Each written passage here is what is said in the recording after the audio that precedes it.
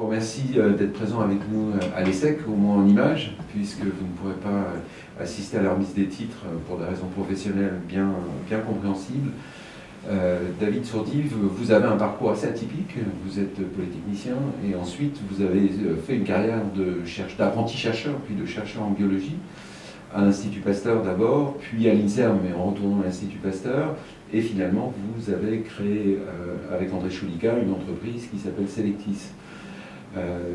David, nous souhaiterions aujourd'hui bénéficier de vos conseils, plutôt mes étudiants qui sont ici, qui vont recevoir un titre ce soir à la suite de leur scolarité à l'ESSEC, souhaiteraient bénéficier de vos conseils.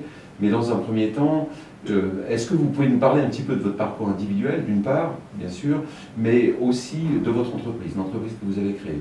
Bonsoir, en tout cas merci en tout cas de l'honneur qui m'est fait, parce que je pense que c'est beaucoup d'honneur qu'on me fait que de réaliser une promotion. Le parcours que j'ai est un parcours qui est devenu commun aujourd'hui, qui l'était peut-être un petit peu moins quand je l'ai suivi. Après avoir fait des études plutôt orientées sur les sciences de l'ingénieur, je suis allé faire un DEA, puis une thèse à l'Institut Pasteur, en virologie moléculaire, donc je m'intéressais aux agents pathogènes. Mon stage postdoctoral, je l'ai fait aux États-Unis, comme beaucoup de gens, à Emory, à Atlanta, en l'occurrence, qui est un peu la Mecque de la virologie mondiale. Et je suis revenu en France à la fin des années 90 avec André Choulika, pour créer Selectis. Alors, pour rétablir complètement les choses, en fait, l'idée de faire l'entreprise, nous l'avions eue en 90. Nous l'avions eue pendant le DEA, pendant lequel nous nous sommes rencontrés. Et nous avions eu cette idée qu'un jour, on pourrait façonner l'ADN d'une façon ou d'une autre intelligente et qu'on pourrait en faire des applications industrielles, des applications dans la santé. Et cette idée, qui est du début de l'année 90, elle a été confrontée aux perspectives de l'époque. Rappelons-nous qu'en 90, le projet de séquencer le génome humain, c'était une promesse pour 2015. Il s'avère que l'industrialisation massive de la biologie et des moyens d'investigation du vivant des années 90 a fait que finalement la première ébauche du génome humain est arrivée en 99. Justement, quand nous étions au bout de nos stages postdoctoraux, André à Harvard et moi à Emory. Et André, qui est l'inventeur de la technologie que nous mettons en œuvre aujourd'hui à Selectis, qui est vraiment le père de cette technologie, m'a recontacté et m'a dit finalement, ça va arriver plus vite que prévu. Puisqu'en 90, cette perspective 2015 était un petit peu dissuasive. Pour pouvoir ingénierer le génome, pour pouvoir façonner et écrire le génome, encore faut-il le connaître, encore faut-il savoir le lire. Et ça devenait possible dans la fin des années 90, les choses s'étaient accélérées de façon considérable. Et donc on est revenu en France, rapidement on a ébauché le projet et on a fondé l'entreprise à la toute fin de l'année 99, vraiment dans les derniers jours, en décembre. Là, on est rentré dans une phase de discussion avec l'Institut Pasteur, puisque c'est à l'Institut Pasteur que nous avions souhaité créer l'entreprise. C'est là que se trouvait la technologie, c'est là que se trouvaient les savoir-faire, c'est là que se trouvait la science, la compétence qui était derrière notre démarche. Et il y avait aussi un pari de notre part que l'on pourrait fonder et développer et faire croître une entreprise de biotechnologie en France, en Île-de-France, alors qu'à l'époque, c'était surtout les États-Unis où nous étions, où ce genre de choses se passaient, ou dans d'autres sites anglo-saxons ou ailleurs, mais peu de précédents en France avaient validé cette démarche qui était la nôtre. Donc il y avait aussi une dimension de pari chez nous. David, cette cérémonie en fait est une cérémonie pour les étudiants, donc j'ai invité 2 étudiants de la promo qui va être diplômé ou titré ce soir pour venir vous poser des questions. Donc je vous présente Mohamed Remal et Alexandre Lebray. Alexandre Lebray est pharmacien de formation, il a été formé à Rennes et à Paris 11 et il a été admis sur titre à l'ESSEC il y a 2 ans.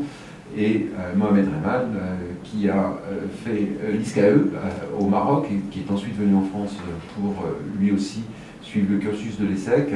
Et c'est eux qui vont vous poser des questions, c'est eux qui vont au fond vous demander des conseils d'orientation de carrière et qui sont aussi très curieux d'avoir des détails sur votre carrière personnelle. Alexandre, Mohamed, c'est vous qui avez la parole. David Sourdive, bonsoir. Bonsoir. Au nom de l'ensemble des étudiants de la chaire ESSEC Santé. On vous remercie de nous accorder cette interview. Donc la première question, vous êtes scientifique, issu de l'Institut Pasteur et spécialisé dans la microbiologie. Nous souhaiterions savoir quelle a été la démarche entrepreneuriale dans la création de cette entreprise Selectis et pourquoi ce choix de lieu en France, autour de Paris, en Île-de-France. La démarche est double. La première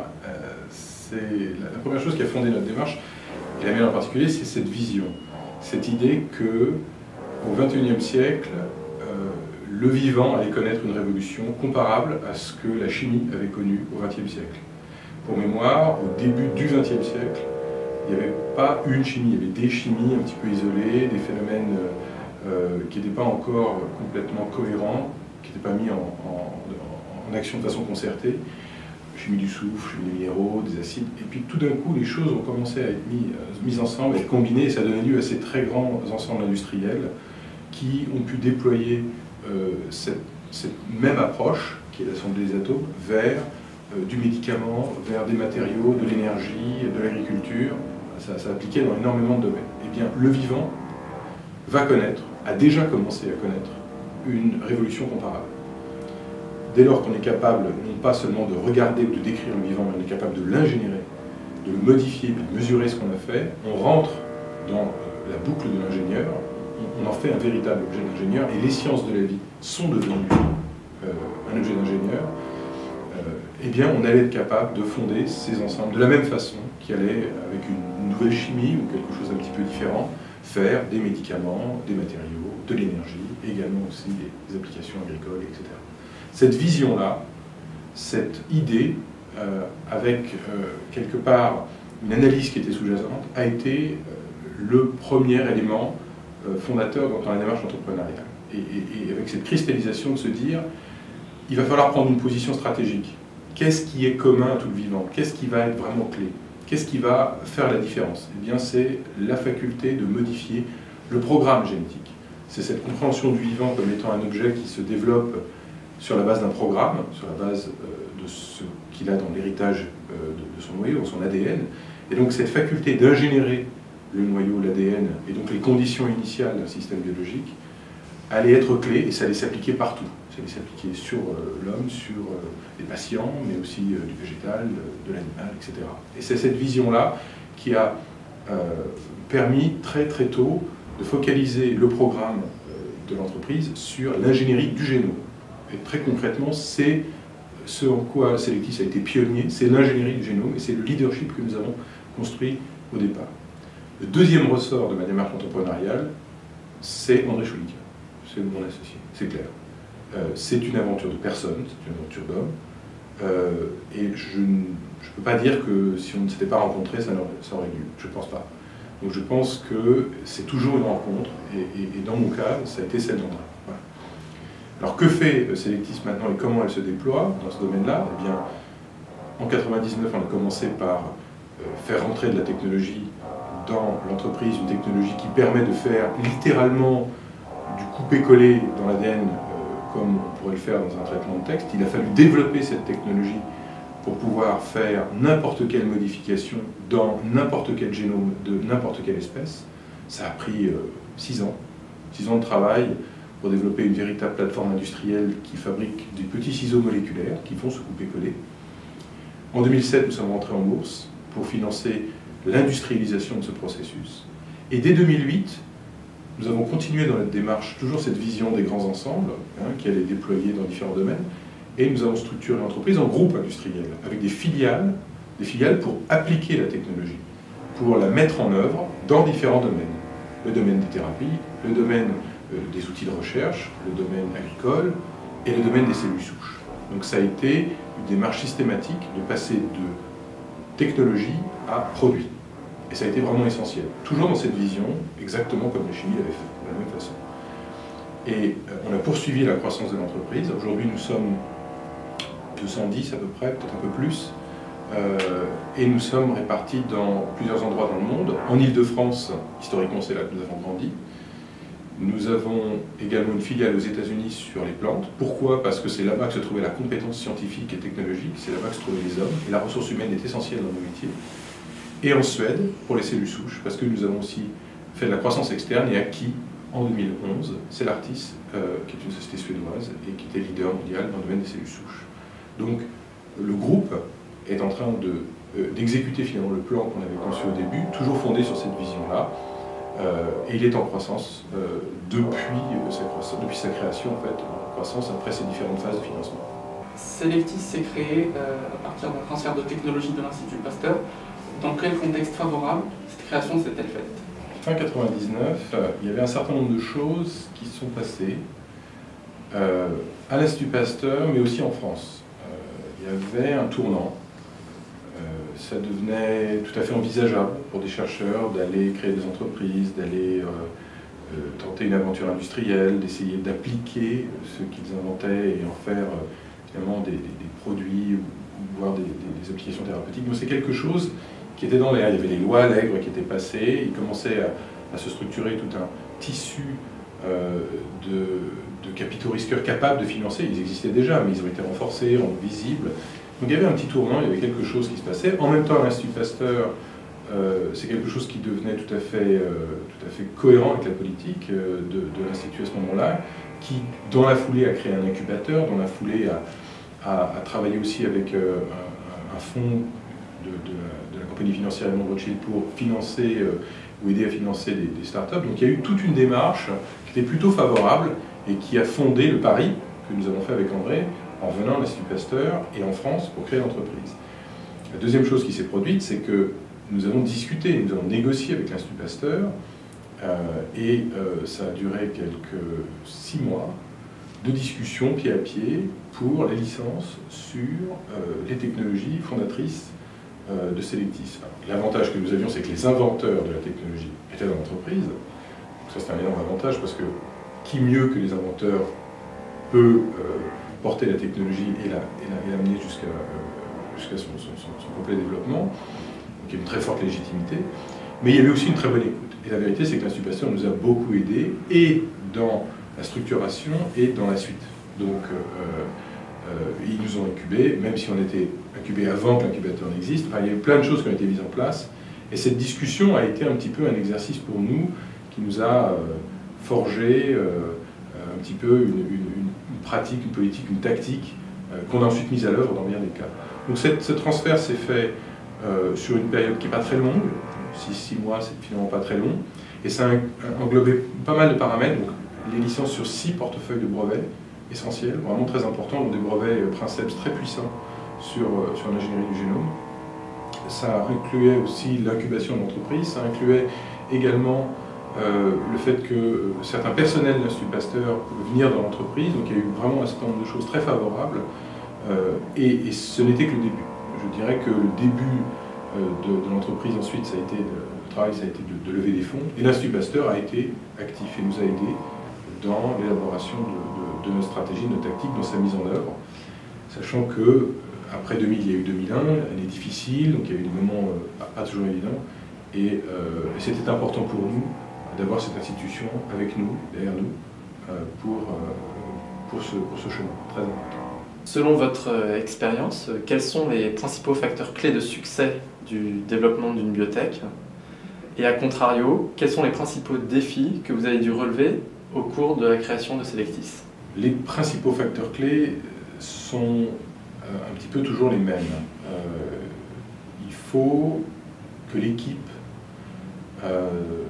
soit à la hauteur. En fait, on se rend compte que quels que soient les plans que l'on fait, quelles que soient les hypothèses que l'on fait, on aura à gérer beaucoup d'aléas, beaucoup d'incertitudes, beaucoup de choses imprévisibles. C'est à la fois le fait du vivant, mais c'est plus généralement le fait de toute aventure entrepreneuriale, en particulier dans un monde qui est aussi intense en innovation. Quoi qu'on invente, quelqu'un d'autre est en train d'inventer quelque chose qui ressemble quelque part ailleurs dans le monde. Donc on est tout le temps en train de naviguer à vue. Quelqu'un qui nous a rejoint récemment aime à dire « Selectis a 12 ans, depuis 12 ans, on court dans le noir et on ne rate pas une marche ». Ben, c'est un peu ça l'exercice. Il faut être capable d'anticiper, il faut être capable d'être à l'écoute, il faut rester connecté, il faut rester attentif. Il y a de la stratégie, de la tactique, et évidemment pour qu'une entreprise de biotechnologie réussisse, il faut aussi que les technologies que l'on choisira d'adopter et de développer s'avèrent être bonnes. Mais c'est généralement pas une technologie, ce sont des technologies et ce sont finalement des produits. Le vrai pari, c'est je vais être capable de faire quelque chose de franchement innovant, d'une part, et d'autre part, ceci va vraiment apporter de la valeur à des tiers et je vais pouvoir guérir des gens, je vais pouvoir apporter une solution à l'industriel, je vais pouvoir vendre. Et ces deux paris-là sont in fine universels, c'est toujours la même chose dans toute start-up. Donc, je dirais, ça, c'est les facteurs clés de succès, les gens, les personnes, et finalement les choix, la stratégie et les technologies qui sont en dessous doivent être importantes. Mais d'abord et avant tout, les gens.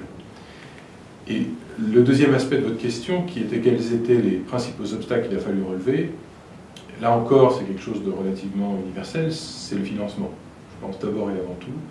Nous sommes une industrie qui est très gourmande en capitaux.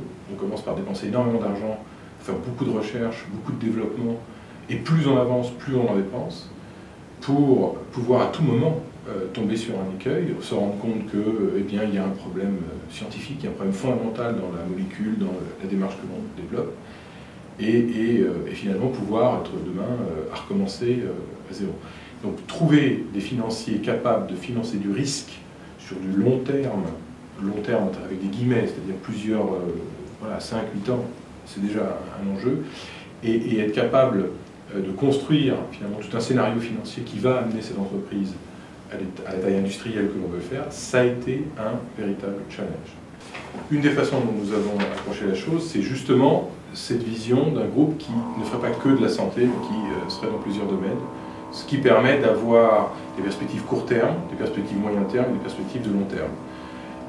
C'est vrai que faire un médicament et guérir des gens, ça prend beaucoup de temps, beaucoup d'argent. Ça en prend un peu moins de déployer la technologie, de faire des produits agricoles, ça en prend encore moins dans les domaines d'outils, de recherche et de solutions industrielles pour des produits intermédiaires. Un deuxième enjeu réside dans le fait que les marchés sur lesquels nous nous positionnons sont des marchés mondiaux. Il n'y a pas de marché ultra local, enfin, ce n'est pas du tout une activité de proximité. Nous sommes sur un marché mondial. Et donc exister à l'échelle mondiale est quelque chose qui est un véritable enjeu. Quand on vient d'un territoire, d'un pays qui n'a pas encore, qui est en train de devenir un véritable endroit pour la biotechnologie, mais qui n'est pas encore complètement là, c'est moins simple. Et donc très tôt, il a fallu entretenir des relations, construire une présence là où étaient les grands marchés, notamment en Amérique du Nord, notamment en Europe, notamment en Asie, et finalement très très vite s'internationaliser. Et dès le début, Selectis a fait près de plus de 90% de son chiffre d'affaires à l'étranger. Et donc c'est quelque chose qui est un véritable enjeu lorsqu'on est une structure encore naissante, en croissance, pas très grande, que de ne finalement pas être tout de suite assis sur un marché local, mais de devoir d'abord exister immédiatement à l'échelle mondiale. Comme disent Born Global, ben c'était un peu notre cas. Nous étions dès le début dans cette situation-là. Et c'est un défi, mais c'est aussi une opportunité. C'est aussi une opportunité parce que le volume, le spectre des acteurs susceptibles d'être intéressés par nous est démultiplié. Donc voilà, sans a priori, on pouvait largement travailler avec, comme on l'a fait, avec des Américains, des Allemands, des Japonais, etc. Monsieur Sourdi, vous êtes dirigeant d'une société de biotechnologie. Quelle vision avez-vous des développements technologiques en tant qu'observateur et qu'acteur de ce secteur sur le moyen et le long terme? Donc si on parle que de la santé, parce que les biotechnologies sont très larges, hein, les biotechnologies vont toucher tout ce qui est vivant, et l'hypothèse qui est la nôtre et qui est la mienne, c'est que le vivant va apporter beaucoup à nos façons de vivre, à nos façons de consommer, de nous vêtir, de nous soigner, mais aussi de nous nourrir. Donc ça l'a fait déjà, et on va passer une véritable étape dans le courant des prochaines décennies. Dans le domaine de la santé, je dirais que c'est déjà en route. 60%, ou plus de 60%, si mes chiffres sont exacts, des médicaments en cours de développement sont issus des biotechnologies. Donc voilà, l'industrie pharmaceutique a déjà adopté le virage. Les biologiques, comme ils disent, sont en fait la nouvelle génération de médicaments. Et il y en aura une après, et encore une après. Donc on est déjà dans cette démarche-là, ça a déjà commencé à changer les choses. Je pense que quelques enjeux importants qui résident dans l'avenir sont le changement de modèle économique, Nous étions depuis 50 ans dans une hypothèse qu'une molécule, toujours plus pure, ciblant un récepteur chez l'homme toujours plus unique, allait guérir tout le monde. Et ça, le blockbuster, c'est fini. On sait que c'est plus compliqué que ça, que c'est parfois des mélanges de médicaments qui vont non pas cibler un récepteur mais des voies métaboliques, donc des choses plus complexes, des systèmes biologiques, et qui vont non pas soigner l'homme, mais les hommes dans leur diversité. Et que ce qui est bon pour certains n'est pas forcément bon pour d'autres. Ce sera la médecine ciblée, puis la médecine personnalisée à terme. Mais d'abord la médecine ciblée. Et il y a un énorme gisement de croissance là, puisqu'aujourd'hui, pour 10 molécules que l'on va envoyer en essai clinique, il n'y en a qu'une qui va sur le marché. Quand il y en a 10 qui vont sur le marché, il y en a une qui gagne de l'argent, une qui n'en perd pas et 8 qui en perdent. Donc, améliorer un tout petit peu ce système-là, c'est énormément d'argent qui peut être réinjecté dans le système, c'est retrouver des marges, tout le monde peut gagner. Le payeur, parce qu'on prescrira à bon escient, le patient, parce qu'il prendra la molécule à bon escient, et aussi l'industrie pharmaceutique, parce qu'elle sera en mesure de retrouver des marges. Donc c'est aussi une des choses auxquelles nous nous adressons à travers notre travail dans les cellules souches, qui est d'être capable de donner accès à cette diversité génétique humaine, cette diversité entre patients, in vitro, très vite, très tôt dans le développement. Donc selon moi, et avec le biais qui est le nôtre, on se dirige vers une médecine qui va commencer à être beaucoup plus ciblée et où on donnera de façon plus précise ce qui est bon pour chacun. À travers votre discours, on aperçoit un marché d'avenir, des perspectives fortes de croissance dans la médecine personnalisée, dans les thérapeutiques ciblées. La chaire santé SEC représente un vivier d'étudiants et de futurs jeunes diplômés. À ce titre, nous souhaiterions savoir quels conseils auriez-vous à donner à ces jeunes diplômés? Commencer sa carrière directement dans le secteur des biotechnologies, acquérir d'abord une première expérience dans le secteur pharmaceutique, dites les Big Pharma, pour ensuite intégrer le secteur des biotechnologies, ou bien se jeter tout de suite dans l'activité entrepreneuriale. Je serais bien en peine de porter des conseils sur ce qui relève de choix de vie. Je pense que les trois voies sont tout à fait louables. Elles correspondent à trois choix de vie différents. Je pense qu'il n'y a pas de hiérarchie dans ces choix de vie. Je pense qu'on peut entreprendre. Lorsqu'on l'a fait avec André, nous étions des first-timers, comme on dit en américain. C'était la première fois qu'on faisait ça. Zéro expérience, zéro recul. Ce qui, et ça nous a été dit par certains financiers, fait qu'on n'était pas emprisonné dans certains carcans, dans certains dogmes, lesquels, si on les avait suivis, nous auraient certainement poussé à ne pas faire le projet comme on l'a fait. Donc on était libre de croire à l'impossible et de le faire. Et donc ça, c'est, je dirais, un avantage. L'inconvénient, évidemment, c'est qu'on n'a pas la même expérience, et donc on doit se faire entourer de gens d'expérience pour ne pas sauter sur les grosses mines, celles qui sont mortelles. On se prendra toujours des mines, c'est clair, à courir dans le champ comme ça, on se prend toujours des mines, mais pas les plus grosses, pas les plus mortelles. Ça peut être aussi une très bonne idée d'aller faire ses armes et de bien connaître le business et de bien connaître un marché avant d'aller choisir un projet innovant pour ce marché-là. C'est tout à fait louable. Ou même de ne pas le faire, ou même de faire sa carrière dans un groupe. Toutes les voies sont louables. Mais en revanche, ce qu'il faut comprendre, c'est que ce sont des choix de vie différents. Il y a une véritable différence à être entrepreneur, à être dans un grand environnement, et d'une façon générale, à titre personnel, je ne peux que recommander l'entreprise, parce que quel que soit le destin, le but est dans le chemin. C'est une aventure qui tous les jours est exaltante. Il y a des hauts, il y a des bas, c'est dur, c'est moins dur, voilà, ça bouge, ça court. Mais fondamentalement, c'est quelque chose qui est franchement exaltant et franchement excitant. Et donc je ne peux que recommander ça à ceux qui seraient tentés par l'aventure, c'est de la suivre. Monsieur Sourdif, beaucoup d'entre nous sont très intéressés par le secteur des biotechnologies à l'international. De par votre connaissance de ce marché dont vous dites qu'il est mondial, quels pays ou quelles zones géographiques sont les plus prometteuses pour ce secteur, et dans quel pays ou quelle zone géographique nous conseilleriez-vous d'aller exercer nos talents? J'ai envie de dire déjà pour commencer la France, parce que ça devient un endroit, ça devient encore plus un endroit intéressant pour faire des biotechnologies. Il se passe quelque chose en France. D'ailleurs, c'est ce que nous disent les Américains. Qu'est-ce qui se passe en France? Il se passe quelque chose en France, il y a des instructions de bourse, il y a des choses, malgré la crise, les choses avancent. Donc voilà, il y a quelque chose en France. C'est un peu différent, c'est pas la même approche que ce qu'il y aurait dans d'autres endroits du monde, qui historiquement se sont structurés pour financer l'innovation dans ce domaine-là depuis longtemps et qui ont beaucoup de recul, comme les États-Unis. L'Asie est aussi intéressante, mais c'est un autre challenge, c'est complètement différent. Donc, je dirais que c'est l'opportunité qui fera loi. L'opportunité, elle emporte une dimension géographique. Est une opportunité, un projet qui est à un lieu donné. C'est d'ailleurs ce qu'on a vécu quand on a créé certaines filiales. On s'est dit, il y a un endroit pour faire cette filiale. C'est là où se trouvent les hommes, c'est là où se trouvent les talents, c'est là où se trouvent les gens qui ont envie et qui sont capables de le faire. Si on le fait à un autre endroit, on n'est pas sûr d'y arriver. Donc, je pense que l'opportunité fait loi, l'opportunité, elle est locale, elle est localisée dans un endroit, même si le marché est global, et il faut ne pas être trop dogmatique, il faut être capable de la saisir. Donc, je pense que la France est un bon endroit, il y en a d'autres, historiquement plus célèbres, mais la France est un bon endroit.